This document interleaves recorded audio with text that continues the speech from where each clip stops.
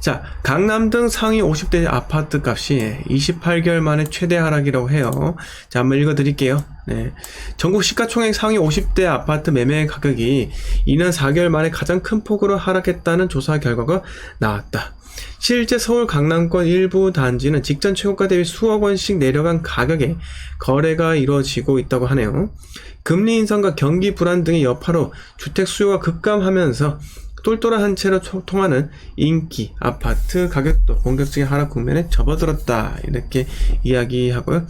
지금 뭐 서울 서초구 아크로 리버파크, 강남구 레데펠, 연마아파트, 송파구 잠실 주공 5단지 등등등등등등, 뭐 예를 들어서 도곡동 도곡렉슬이 134제곱미터가 49억 4천만 원에 지난 5월에 거래가 되었지만 이달에는 42억 3천만 원으로 7억 이상 떨어졌다고 합니다. 네. 자, 이게 뭐 당연한 겁니다. 근데 제가 뭐 강남의 사치제 같은 경우는 그래도 좀 길게 갈 것이다 라고 이야기 들었어요. 네, 그거는 뭐 당연히 현재까지는, 그때까지는 사람들이 이 혼돈의 시기였습니다. 자, 사치제와 일반 시장, 즉 샤넬백으로 엄청나게 몰려들잖아요. 롤렉스 시기가 없어서 못 삽니다. 네. 그래서 부자들도 그런 것들로 고액 부동산으로 나의 이제 프리미엄, 나의 브랜드 가치를 좀 더 높이면 좋을 것 같다 라고 생각을 해서인지 뭉쳐놨던 꽁꽁 싸맸던 현금을 이제 풀면서 고가 아파트들이 많이 상승을 했습니다. 그런데 그게 결국은 고금리. 근데 이게 말이 안 되는 게 사람들이 금리 인상이 집값하고 전혀 영향이 없다고 이야기합니다. 그런 사람 상당히 많고요. 근데 저는 이야기 드리잖아요. 금리 인상은요, 간접적인 영향으로 시작을 한다고 말씀드립니다. 그 간접적인 영향은 바로 전세자금 대출, 이게 위축이 되기 때문에 실제 이제 우리가 5억짜리 집을 사면서 5억짜리 집에 전세가가 뭐 70% 해가지고 3억 5천에 들어가 사는 거예요. 그러면 거기에 이제 전세자금 대출 풀로 받아버리면은 2억 얼마가 됩니다.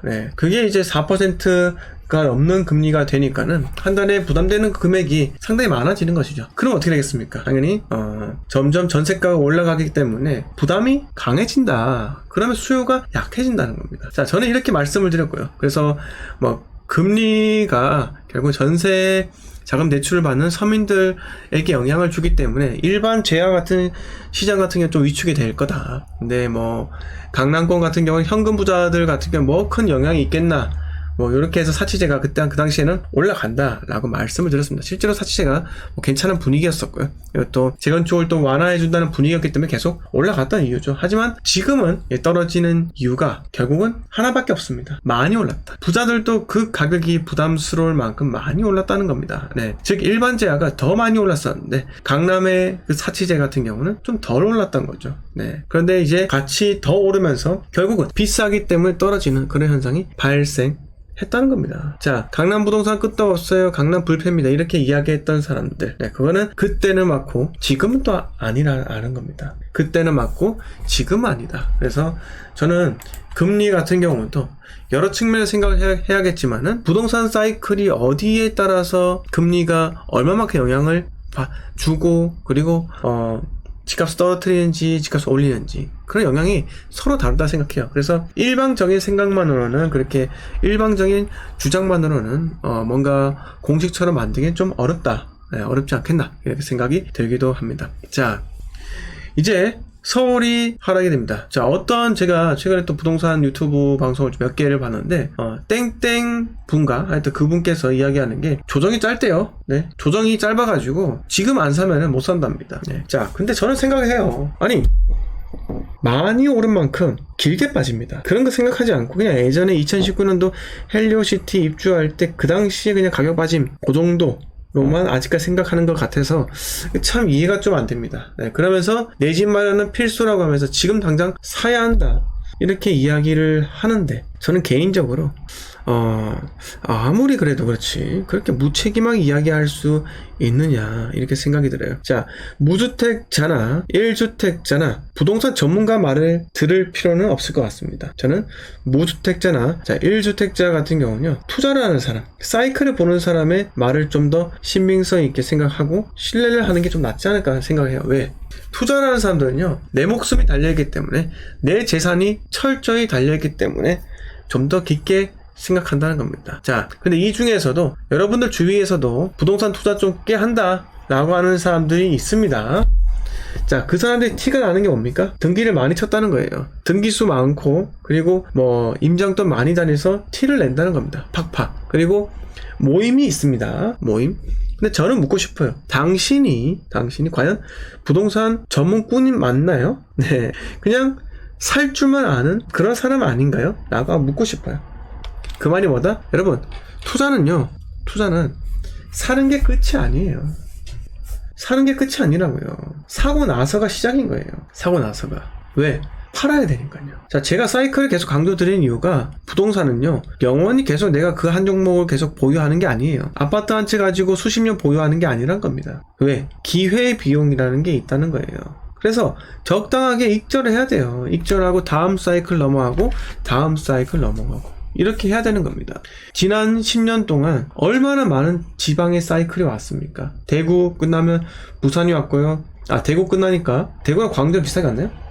대구 끝나니까 광주가 왔고, 광주 끝나니까 부산이 왔나요? 그 다음에 부산하고 울산하고 미묘하게 겹쳤고요. 그 창원이 왔고요. 네, 그리고 또 뭐가 왔습니까? 네. 자, 세종시 입주 물량 끝나니까 대전 또 상승장이 있었잖아요. 네, 대전이 불티나게 팔렸습니다. 불티나게 미친듯이 팔렸다고요. 대전 재개발로 해서, 재건축으로 해서 강의하는 사람들도 어마어마하게 많았습니다. 네. 자, 그렇게 한 지역에 대해서 강의를 하고 책을 팔고 강의 팔고 그렇게 하다가 고점에서 잡으신 분들도 태반이에요. 저는 개인적으로 세종시 같은 경우 2020년도에 매수하지 말라고 말씀을 드렸습니다. 영상에 치면 다 나와요. 네, 주둔생 영상 2020년 10월인가요? 11월인가요? 예, 절대 세종시 매수하지 마라. 너무 많이 올랐다. 네, 이렇게 말씀을 드렸습니다. 그런데 그때 믿지 않으신 분들도 상당히 많았어요. 근데 지금 피눈물 흘리고 그런 분들도 있습니다. 네, 근데 제가 좀 아쉬운 게 있습니다. 과거 제가 상담할 때 2020년도에요. 그때 저는 세종시 부동산 절대 사지 말라고 이야기 드렸습니다. 근데 한 분이 저에게 상담 신청을 한 거예요. 세종시에 25평 아파트를 사고 싶다. 실거주로 무조건적으로 사고 싶대요. 그래서 제가 경고는 했습니다. 부동산 사면은 위험할 수 있다, 세종시. 그런데 사야겠대요. 자기는 세종시 실거주가 무조건 있어야 된다고 합니다. 그래서 그나마 입지가 튼튼하고 30평대로 보던 거를 차라리 20평대로 낮춰가지고 좀 더 입지가 좋은 아파트를 사라고 말씀을 드렸어요. 근데 그게 고점이었죠.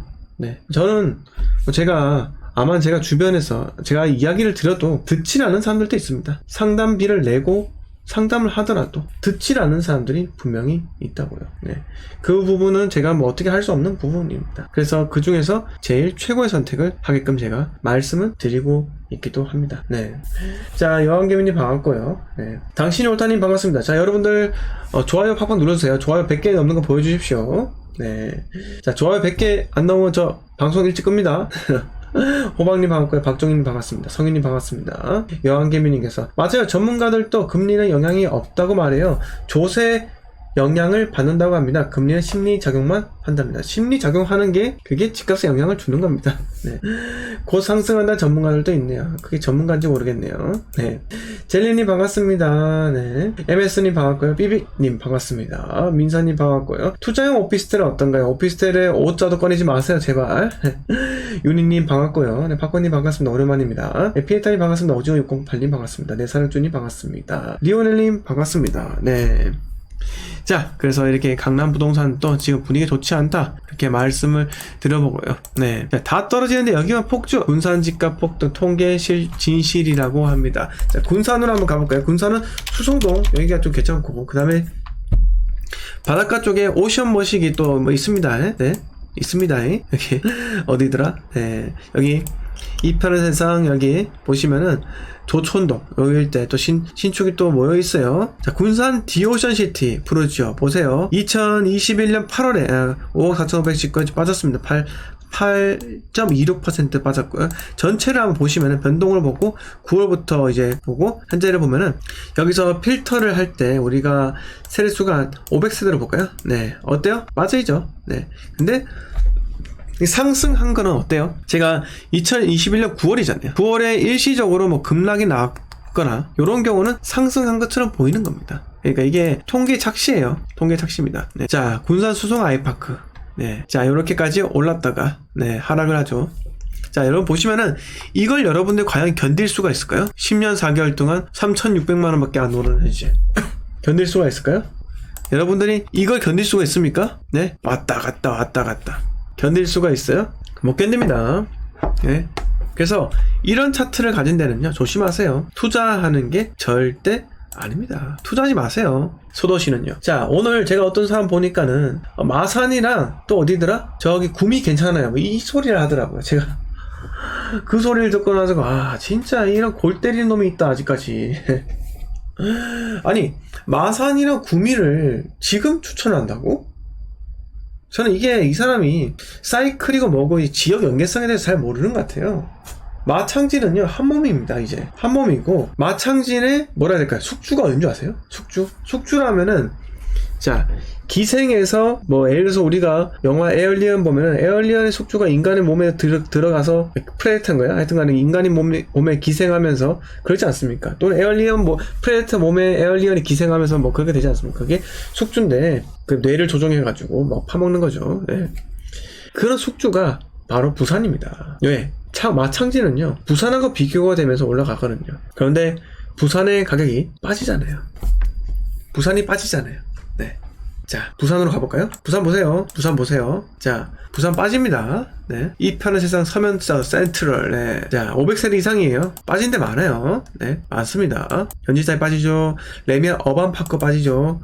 양정 현대 빠지죠. 다 빠집니다. 네. 위로 올라가면은 자, 우리가 부산에서 뭐 레이 카운티 빠지죠. 네. 쌍용, 더 플래티넘 사직, 아시아드. 네. 이렇게 하고. 자, 올라가서 자, 동네 레미안 아이파크 같은 경우는 자, 이때가 비교 대상이 9월 달에 네.